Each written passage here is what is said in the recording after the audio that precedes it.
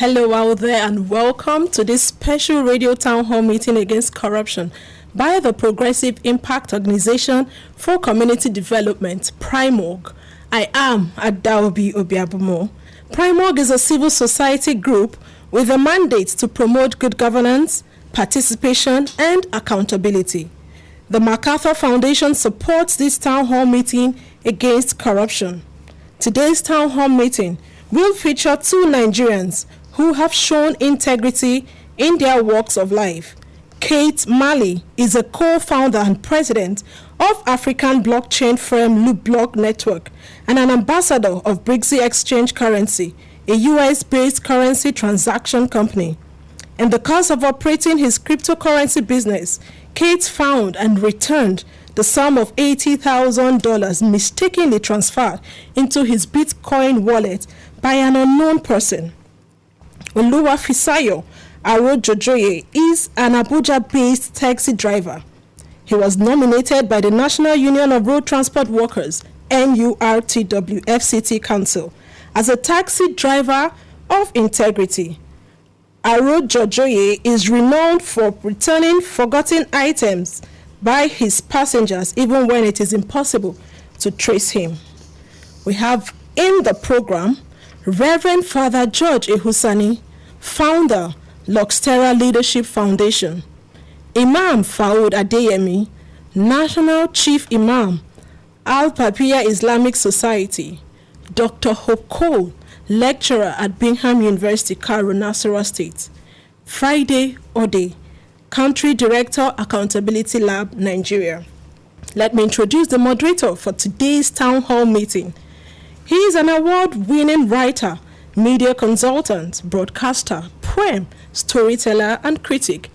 He is the CEO of Bentastic Media Limited and has over 20 years' experience in the industry. Benjamin Ubiri, popularly called Ben 200. We are glad to have you again to moderate this radio town hall meeting against corruption. Remember that you are listening audience out there can be part of this meeting. Be ready to join us through the phone in the course of the deliberation. You can begin to send your views to 0902-265-6167. That is 0902-265-6167. You can also join us on Facebook. We are live at Official PRIMORG. PRIMORG is spelled P-R-I-M-O-R-G. Let me leave the stage for our able moderator, Benjamin Ubiri, who will come in after this timeout. Voices against corruption. Let the people speak. Hello and welcome to PRIMORG's public feedback series on corruption called Voices Against Corruption. And we ask, do you think religion has failed us in the fight against corruption in Nigeria? Fight against corruption is a personal thing. You choose what you should listen to and what you should work with. But to say men of God or Islamic clerics, they've actually preached against corruption, I don't think is true.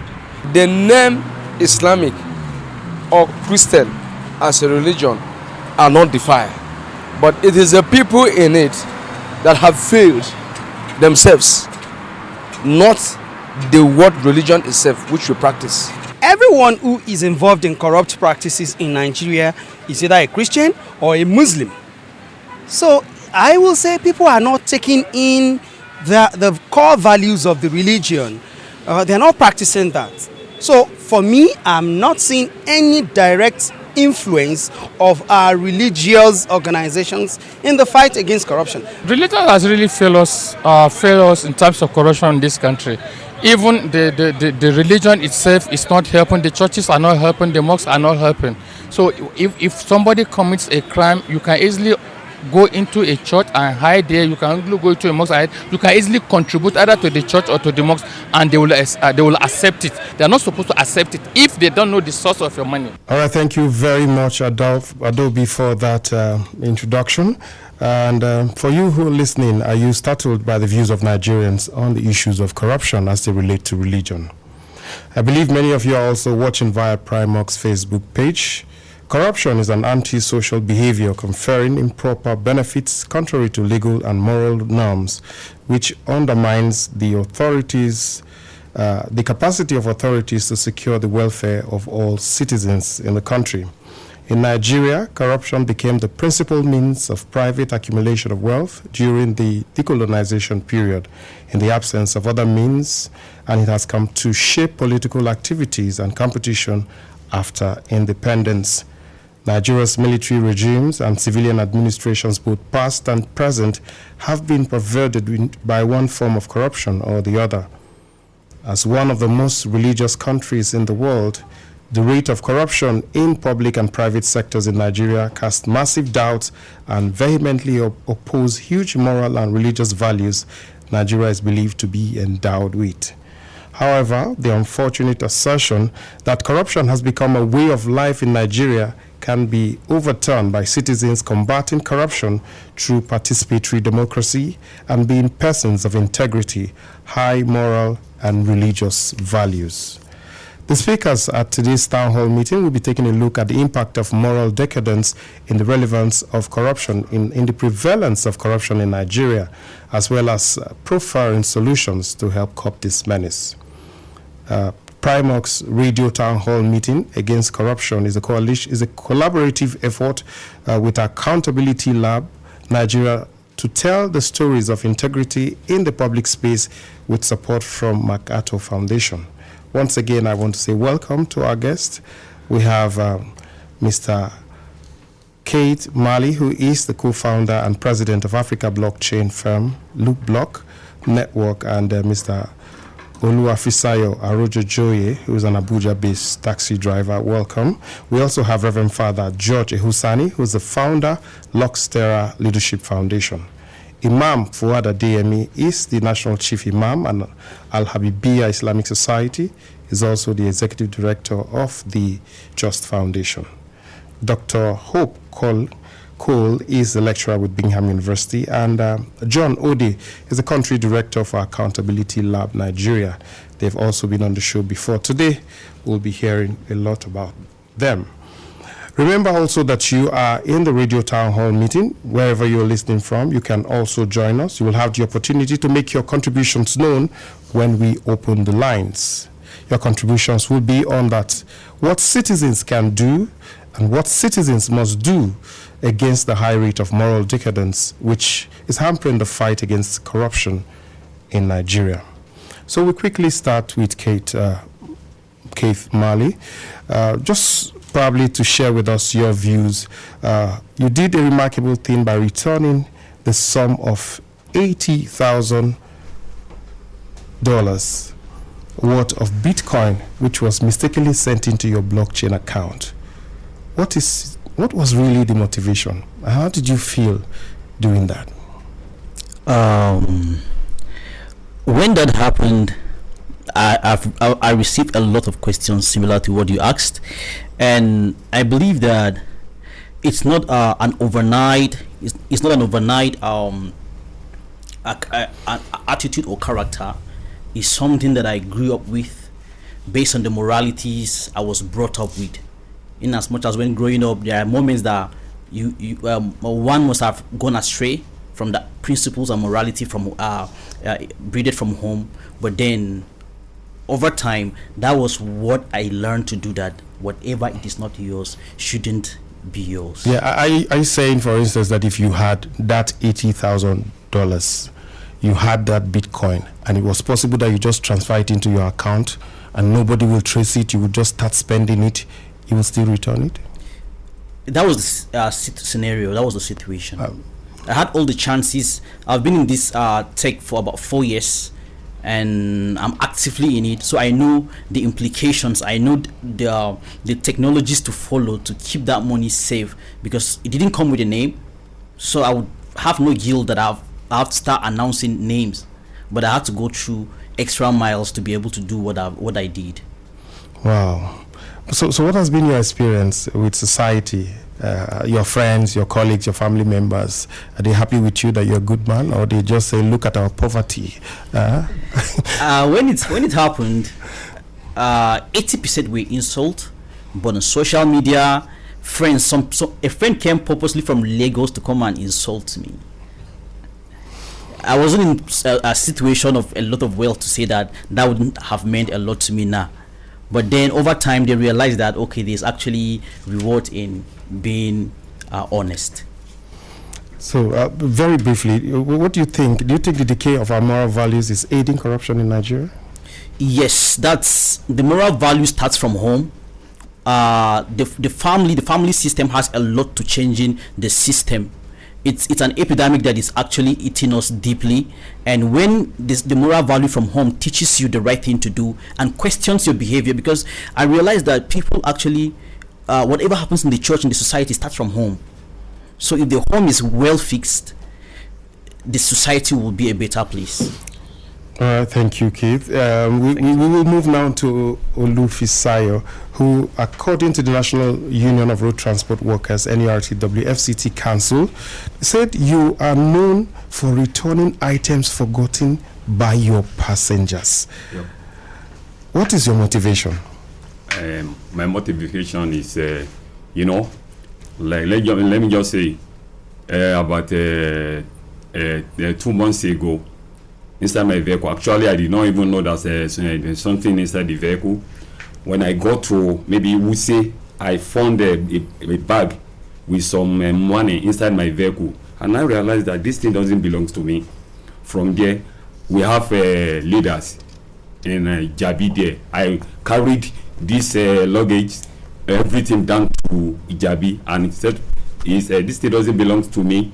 It's for somebody that forgot this thing inside my vehicle, which I gave to one of our leaders there, and he collected it. About 3 days later, as I was passing, actually I did not even know that the one knew me. She now realized that this is the vehicle I entered that very day. Oga, I stopped. After stopping, the woman said, I entered this vehicle. I said, when was that? He said, so date by so hour. I said, okay, yes. You forgot something in my vehicle. Okay. We now went down to Jabi, where our leaders are. On getting there, where she, they now asked the question and realized that she's the one that even forgot something inside my vehicle, which they brought out something. From there, the woman said, okay, she's really happy. She doesn't know that people like this can be in Abuja. Which from there, she now brought out something in order to give me. I said, no, madam, I don't take it.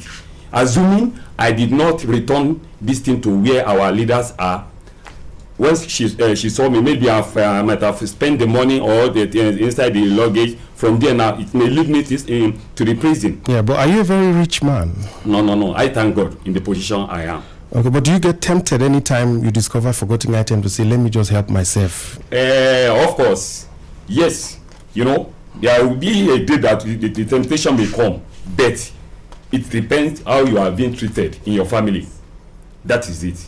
And what our leaders, they used to tell us, whenever they forget something inside your vehicle, you should know how to return it. That's what I followed. Are there many drivers like you in your society? Actually, I only know of myself. All right, thank you very much. But being sincere and for returning items, that's a good one. I would say congratulations for being a good Nigerian, for representing us well. But we'll move now to one who's returning lost souls back to their maker. We'll have Reverend Father George Husani. We'll find out from him also. Yes, let's have your view on the stories you have heard today on the program. Do you think religious institutions have done enough in molding citizens to be morally upright, particularly starting from the Vox Pop, for many people, Nigerians, disappointed Nigerians on the street? Yes, I listen to the opinion of Nigerians, and I do not blame them for coming up with that. But you see, Nigerians are good at outsourcing our responsibilities. We constantly outsource our responsibilities. When they say religious people, what are they talking about? They are talking of pastors and imams. If we say Nigerians are almost 95% Christian and Muslim, then it means we're talking of the entire population.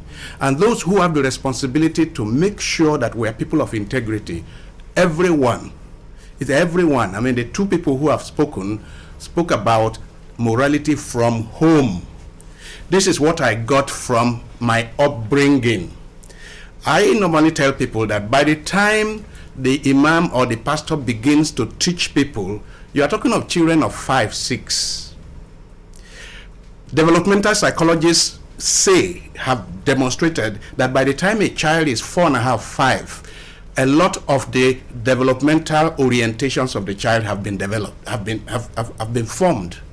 If you are going to have an aggressive child, if you are going to have a timid child, if you are going to have a child that is trusting and all that, a lot of that is developed from age 1 day to age 4. So when parents fail in their responsibilities, we outsource. We say, oh, it's some institution or the other. Also, there are so many dimensions to this. In recent time, when we had the NSAS protests, we all got to recognize how much the average police constable earns. Now, a society pays the police constable 40,000 naira, 50,000 naira, and gives that police constable a gun. Is that what happens in other parts of the world? How do you expect this person from the 40 or 50,000 naira to buy his pair of shoes, to buy his uniform, and so on and so forth? So in order for people to be people of integrity, you need to create the environment. Recently I said that if you raise a human being in the jungle, that human being will begin to behave like a wild animal. The environment in Nigeria today needs to be thoroughly looked into and reassessed for people to behave like sane human beings, for people to behave as honest people, for people to bring out their best. The present circumstances of our society and structures of our society do not encourage people to be their best. All right, and part of that not being their best is not being honest. Yeah, but share with us your experience at Luxterra in trying to mold citizens better in the area of morality and anti-corruption. I also want you to draw from your experience as a pastor. Which is easier, to tell somebody to stop behaving badly, give his life to Christ, or to just return money that is stolen? Let me say that when people say that religion has failed, I tell them, I said, actually, it is religion that is stopping the poor from killing the rich today.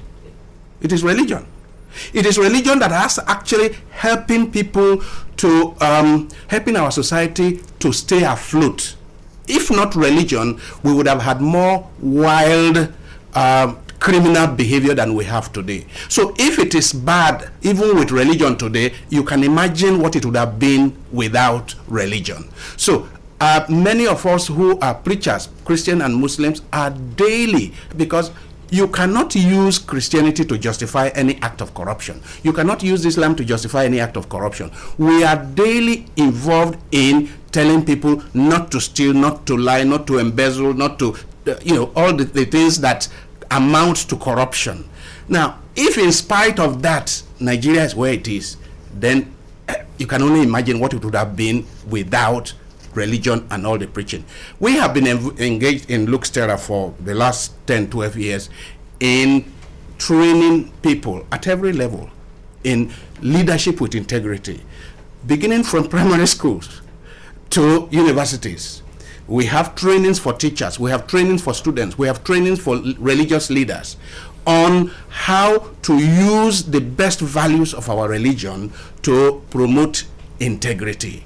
Every year we have prefects workshop, for example, where we bring prefects from various schools and train them, and they take the training back to their schools. And we have evidence that those schools where we have been involved in training their leaders over the years, we have evidence that there's little of exam malpractice, if at all. Behavior of those students are a lot more civil, as is expected of civilized people in schools and so on and so forth. So we know that there is a big difference between people who take their religion seriously and those who do not. So to just speak about religion, we need to ask, are those people faithful to the tenets of their religion? Not just that they bear religious names. Are they faithful?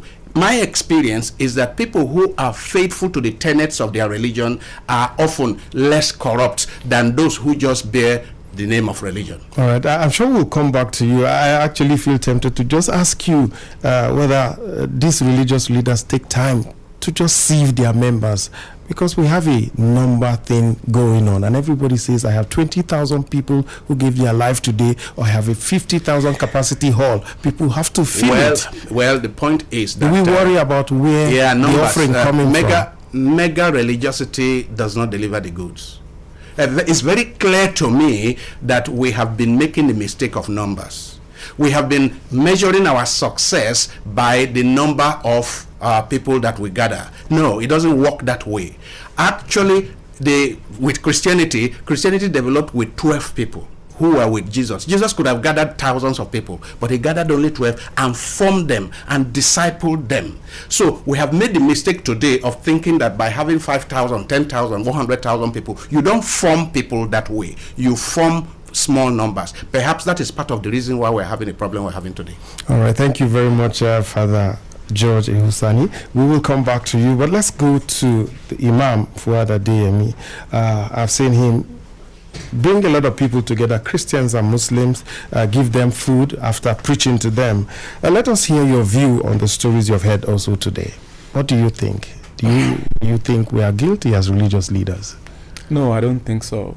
You see, the people who claims to be religious, you should ask them, what have they learned from their churches or from their mosque?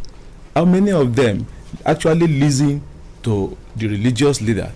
What exactly, which message are they taking? Let me take the mosque, for example. Most people that you claim that they are praying, people, they actually say what I call the dogmatic aspect of Islam. Yes, you pray, and the consciousness of prayer, it's what many people have actually don't work on. Because there's no way you will finish prayer and you will go and take things that does not belong to you. But I also look at it from the family.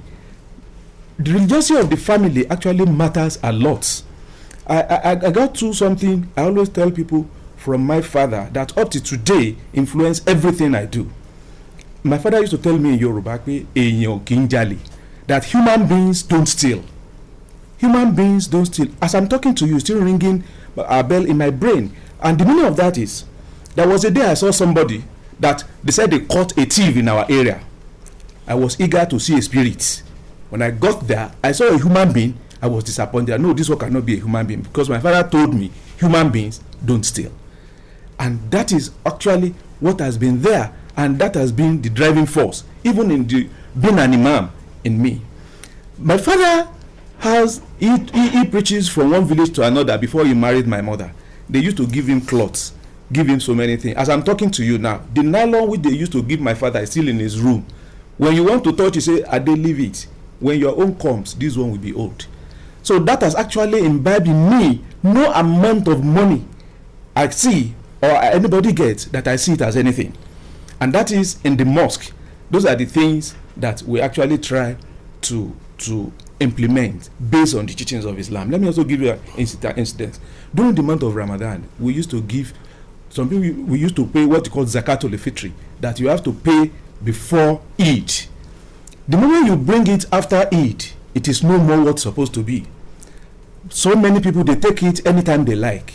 And in my mosque, I told them, they have been seen over the years, if you bring it 1 hour before prayer, we'll ask you to return it, because we are helping you to do what God wants. It's not that you are feeding us, we are not hungry.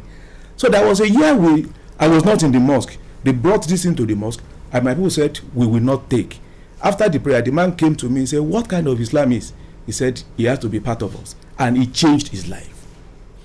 All right, so you deal with a whole lot of rich people. Is it easy to really tell them about corruption? Yes, I think it's very easy. I always tell people, and that is what the area I'm also train other people. When you want to talk to those people, first thing is remove your mind from what you can get from them. See yourself as their father, as their mother, as the prophet that God has sent to them. The moment you are thinking of what you want to get from them, you will never be able to say anything. First and foremost, you have to be contented. Let me give you an instance. Former Chief Justice of Nigeria, Justice Mohammed Lawal Uwais, he moved to a new house. I said, sir, I know judges don't have money. Where do you get this money, sir? He laughed. Somebody entered. I said, that man that entered was the one who got so thing. He called his wife. Say, Madam, how did I get the window of this? Say, it was also person that brought it. He explained every kobo he got to build that house. I said, I will be telling people, say, please, Imam, go ahead. So you don't say it as if you are their police. You say it out of love. And when they discover that you are saying it, and whatever they say, you go out with it, everybody will be afraid of you, and they will also like to tell you the truth. Well, thank you very much. I know that your foundation is doing a lot to shape citizens better in the area of morality and fight against corruption. But what's your experience, very briefly, apart from this one that is... Yes, let me give you experience. You mentioned a program we used to feed people during the month of Ramadan. We feed about 2,000 people. And something is unique. One, the quality and quantity of what the first person gets is what the last person will get. And you see people line up, 2,000 people, we feed them, we service them in less than 25 to 30 minutes without any rush, without any crisis from anywhere. They sit where they are, people give them. And with that, there was a day somebody now misplaced his wristwatch. They brought the wristwatch to us.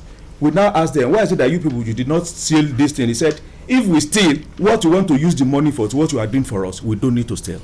All right, thank you very much, Imam Fuad. We appreciate it. We'll get you back to talk before we wrap it up. And for those of you who are out there, you also can be a part of this. In a short while, we'll open the lines. Remember, the numbers are 0809 400 0072. So get ready. In a short while, we will open the lines. But we have one more, Dr. Hope Cole. To share with us, what do you think the role that society plays in molding people to becoming persons of integrity? The role the society plays in molding people is actually to create that ethical society.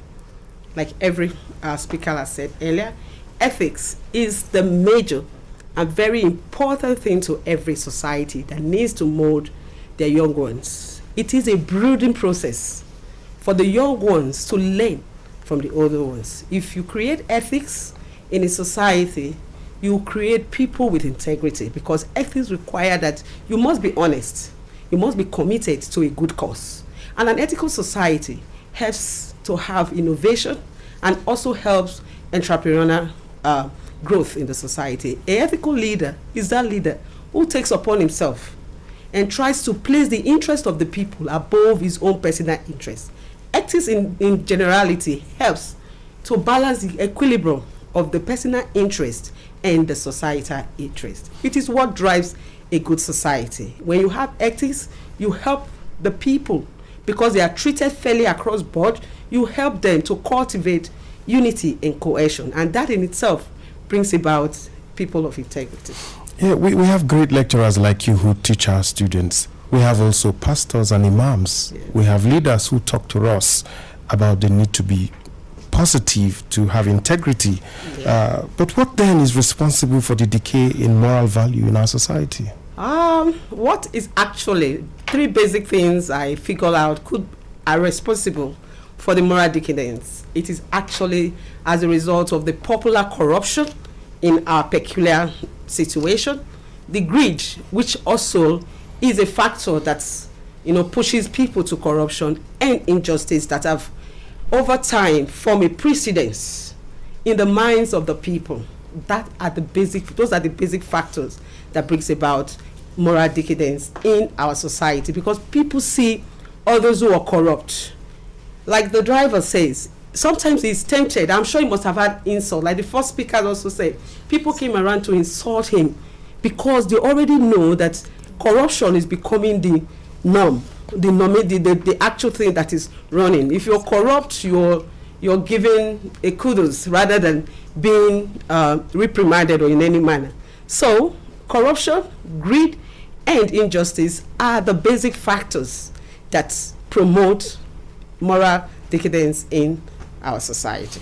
Okay, just before I let you go, is it easier to talk at a conference, for instance, or simply, or easier to sit in my office and get an envelope from a student who wants to pass an exam, or a parent who just thinks that their child needs some augmentation with regards to marks?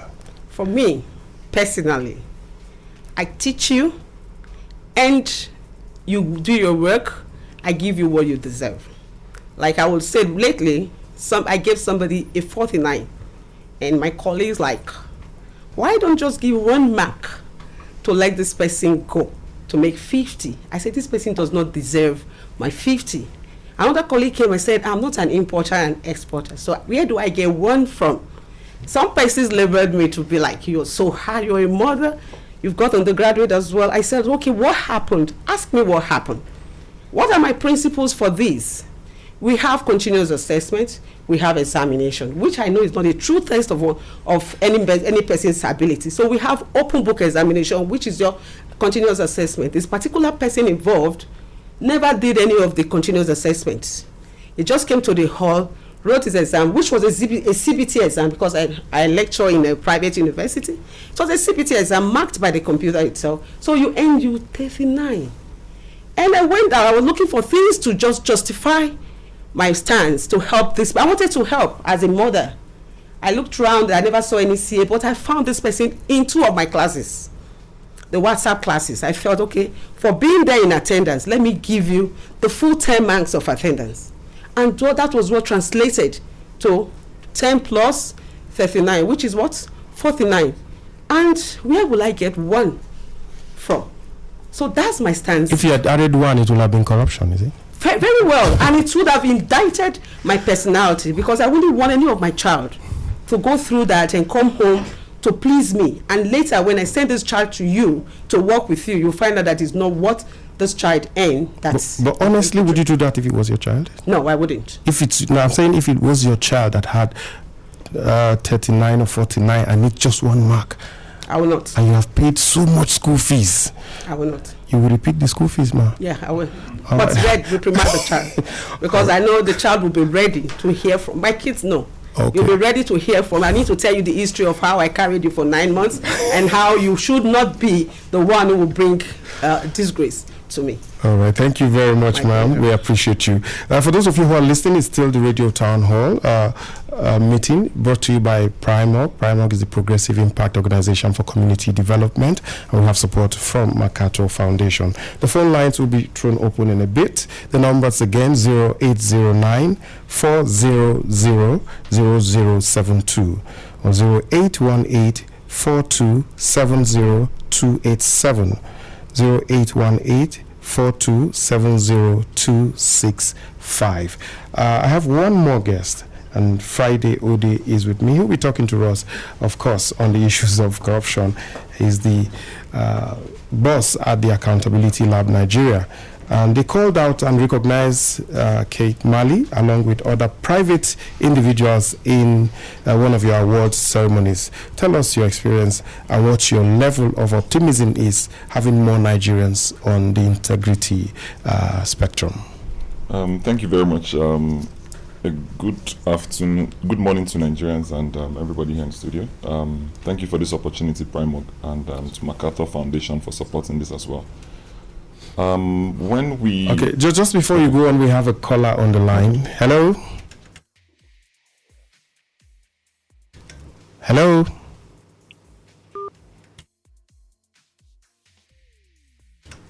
Okay, the lines can still come in. The number is 0809 400 0072. We still have Friday on. Go on. Okay, so we run this program called Integrity Icon Nigeria, where we celebrate honest government officials. Started in 2017, and we are running the 4th edition currently. And in 2019, we decided to expand our project scope, where we basically look at public servants who are people of integrity. But eventually, somehow 2019 looked really good, where we found a couple of people in the private space displaying acts of integrity, and Kate was one of them, and we tried to reach out to them. But in the process for us as Accountability Lab, where we make governance work for Nigerian citizens, the nomination stage is not quite easy as people think when we find these honest people in public service or in the private sector. Sometimes when we go out, we have a vibrant team of young people who go out to do nominations.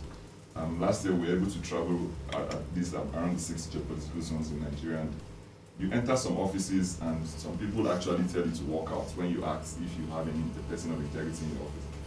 Like, they just tell you to walk out, and it became concerning. Hello, good morning. We have other experiences where Okay, just before you share that, we have some people on the line. Let's take a few calls. We'll Hello, have. good Hello. morning. Good morning. Welcome. Thank you. Tunde calling from my Tama. Tunde from my Tama. Tunde. Okay, go on. Okay, thank you very much. This is a very good topic this morning about this corruption. There are so many things that make people to corrupt. Some like people that are in civil servants, those who are working with government, working in various companies, private organizations. So it's a fear of what they are taking home is not enough to take care of their family. So is they are retiring that they are thinking of when they retire, the way they treated those who retired in the past, their package was not given out to them on time. They denied them their pension, all those things. So many people they'll be thinking that we want to secure our future. So let us help ourselves. But all those things does not justify one to be corrupt. One needs to be contented. Everybody has conscience and is always disturbed. Whenever one take what does not belong to him, the conscience will be worrying him. So all right, thank you very much, Tunde, for your call. We're still taking lines, and we still have Friday who's sharing with us the experience at the Accountability Lab Nigeria. Okay, it takes my team a couple of months to travel around the country to get these nominations from around public service offices in around the nation, both at the state level, local government, and national level. Interestingly for us, we find it quite absurd where you are we try to tell positive stories to encourage Nigerians. So the point for us is, I'm sure every morning we wake up there's a corruption news around, but the point for us is, how do we now begin to translate everything happening around us to positivity and giving hope to Nigerians to believe that Nigerians can still be people of integrity, or there can still be hope for all of us. So we try to go out to get nominations around the country. In the process of doing this, we've received a couple of nominations from the public sector, which we basically focus on, but we also get nominations from private citizens who have identified themselves. In the process of doing selection, one of the things we found out was sometimes you can't even classify who is a person of integrity. So what we also understood by this is Nigerians don't even understand what's integrity, the definition of integrity. So it becomes challenging when we say, get into this public office, try to say who is doing the right thing. People don't even understand. So the social norms agrees with everybody here to say, the social norm is more like, if, for instance, I get into a service delivery organization, permit me to say Nigerian Customs, or permit me to say this civil defense or immigrations, it is assumed that people will always pay a facilitation fee. Then it's assumed as a norm. So for me to get service, I must just tip somebody. But sometimes, can you even walk into a space and see somebody doing the right thing and identify the person? So all of this, we find it interesting. Is tipping wrong? Is tipping wrong? Tipping is not wrong, but it's a norm. So when you continue to do it, and that is your basis of serving people. So for instance, a woman who is pregnant gets into the hospital, you are supposed to just treat the person, right? Because the person came for treatment or service. But sometimes you find out people must, madam, you have to. When you tip is right, but the norm of facilitating that service becomes a problem. But we are trying to build a society where we want people to do the right thing. So for me to get the right thing, I have to walk into a public service office and get my services. Okay. So in finding all of this, we find people doing the right thing, and we at times at the stage in our program, we have to do what we call selection process for these integrity icons. When we call these people, we've had a feedback for somebody saying, I want to pay for this award. Interestingly, we don't offer any gift. All right, we also have some people who are calling India using their money, so we should also allow them. Hello? Helping us. Hello? The religion body. You only after the tithe and offering. It's very unfair. And the religion body What's your name, please? To their followers that doing evil is bad. This is my own thing. Thank you and God bless you. All right, thank you very much. There's still more fire coming to the religious leaders, and they are in the studio. I'm sure they'll be able to tell us what exactly it is. But we have another caller. Hello, Chief Ben. How are you? Hello? I say, how is Ben? My name is Alpha. Thank you. My comment is that go ahead. The first man who spoke and mentioned something about family values, and the lady who spoke about ethics.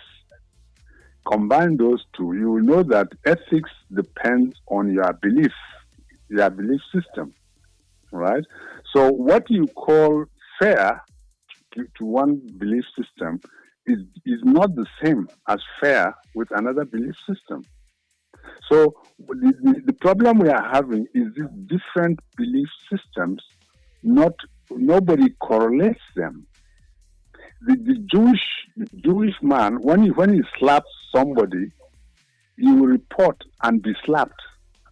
Jesus said, slap one cheek. I was told that Muslims, when you slap and you give him the same level of slap, is okay. So you see the differences, and that applies to those who don't believe any of these, because their rule is be fair by slapping him as many times as you can, as much as you can. So let's just be sure that because we have religious leaders here, they will be able to correct that your belief system, so we don't preach a very new one to society altogether. I don't believe that slap is the issue we used to judge whether you are corrupt or not, because if not, we may all have become deaf. We still have callers calling in. The number is 0809 400 0072 or 0801 0818 4270287 or 0818 4270265. Hello. Okay. Well, we will take our listeners. Probably we'll just start with you, Friday Ode. The way forward. What's helping us to end corruption in Nigeria or to become upright people? For me personally, I think the way forward is. At Accountability Lab, we work with active citizens, responsible leaders, and accountable institutions. For me personally, I will say the government needs to lead the fight. I don't want to say the fight of corruption. It becomes tough on the side where we say corruption at every time, and people understand corruption, but people don't understand the opposite of corruption. So we need to now push more light on how the government can. The government actually started a campaign called Change Begins With Me, but it doesn't reflect what they are saying. So we now need to understand, how does change begin with all of us, right? So we need to now understand, like you mentioned, our belief system. We need to now have to rejig it to make people understand, what does integrity mean?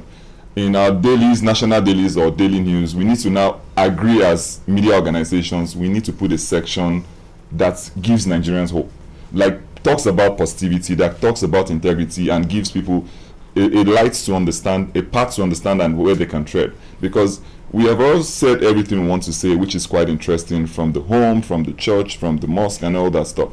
But we now need to put all of this together to make all of us understand we have to put our hands on deck. It starts with us as well. And the government has to lead the fight to pushing this discussion forward. Yeah. Do you think integrity should be rewarded? I don't think integrity should be rewarded. So for me, I was just sitting down thinking about corruption. People do the right thing and there's a price for it. So people earn from corruption because there's something, so it's a way of life. So something comes. You don't think somebody that is upright should receive anything, even if it's for me, I think yes, but the point for me is, if you're working for government, like we're looking for people of integrity in government to do the right thing, to lead the discussion. For me to serve the people, to build a school for the people should not be rewarded, right? So if I find you as a person, I should all celebrate you and identify you as a person. Do you think a beauty pageant should have a car for reward and 50 million? So a beauty pageant is more like a commercial engagement. So there's a process for that as well. All right, thank you very much. We'll take the others. Let's get your message. Let's get your message. What message you have for Nigerians who are daily facing the challenges of living upright in their offices, businesses, and private lives. I know you meet a lot of them, but we'll just take 1 minute each to just allow our guests to just share their views as we wrap. We'll start with Father George. Father George is actually the founder of Luxterra Leadership Foundation. Let me start from the caller who talked about a belief system. We need to work towards a national belief system. Some people call it core national values. We need a certain set of values that we all hold together. That honesty, that integrity, the kind of truth. And so on, and those national values, those values that we all come to embrace as our core national values, we need a kind of leadership that will model those values and virtues. They will show examples of those values and virtues, whether it is teachers in the schools or high-level government officials, that they will show examples of truth, of honesty, of fairness, of justice. It is in this way that we can galvanize the entire society to recognize that these are the values that will lead us to the country of our desire. Outside that, it will be very, very difficult. All right, thank you very much. We'll take Imam Fuad Adeyemi to just give us, in 1 minute or less, what you think people, especially people who are challenged, facing challenges for being upright. Well, like Father said, we actually need to have a national value. One word, like working for love. When you have that at the back of your mind, I know of a particular family, when you want to do anything, they will say, I am a son of so-so, I can't be involved in that. No matter what you are, we should be able to have a kind of national value that somebody will say, I'm a Nigerian, I can't do that. This is what I should do. All right, 1 minute, Dr. Cole, if we can just hear your 1 minute on talking to people who are facing challenges. I'm sure you're one of them, and you have encouraged yourself and you've survived people who are facing criticism for being upright and way forward. The word I have for people out there who are facing these challenges is that be the example that you want to see in people. Don't allow the bad attitude of people reshape you from your good self to the bad people you criticize. Be the change you want to see. Try as much as you can as an individual to know that integrity is not inborn. It is something that you must do, and not just do, but do always. You cannot have integrity in situation A and throw it out in situation B. In that sense, you are not a person of integrity. If you want to see the Nigeria you desire, if you want to see the Nigeria you give example with, like US, try as much as you can to be the good example that you want to see in others, even if you are alone in the race. All right, thank you very much, all our panelists, for coming. It's been a wonderful deliberation from you all, and I have been enriched. I'm sure a lot of you who are listening also have been better after these town hall discussions. I will now want to hand you back to my Oga on this show. But it's been fun talking about corruption and looking for the challenges and pointing at other people. We should be able to look inwards. That's what I have learned today, to look inwards and start the process of changing from us. It's been an honor. Adaobi Obiabumo will continue. I am Ben 200, half human, half amazing. Thank you. Thank you so much, Benjamin Ibiri, for the wonderful moderation. Be the change you want to see. We are not all corrupt. And with this, we've come to the end of this special radio town hall meeting against corruption. We appreciate Mr. Kate Mali and Mr. Oluwafisayo Arojojoye for their exemplary lifestyles of integrity.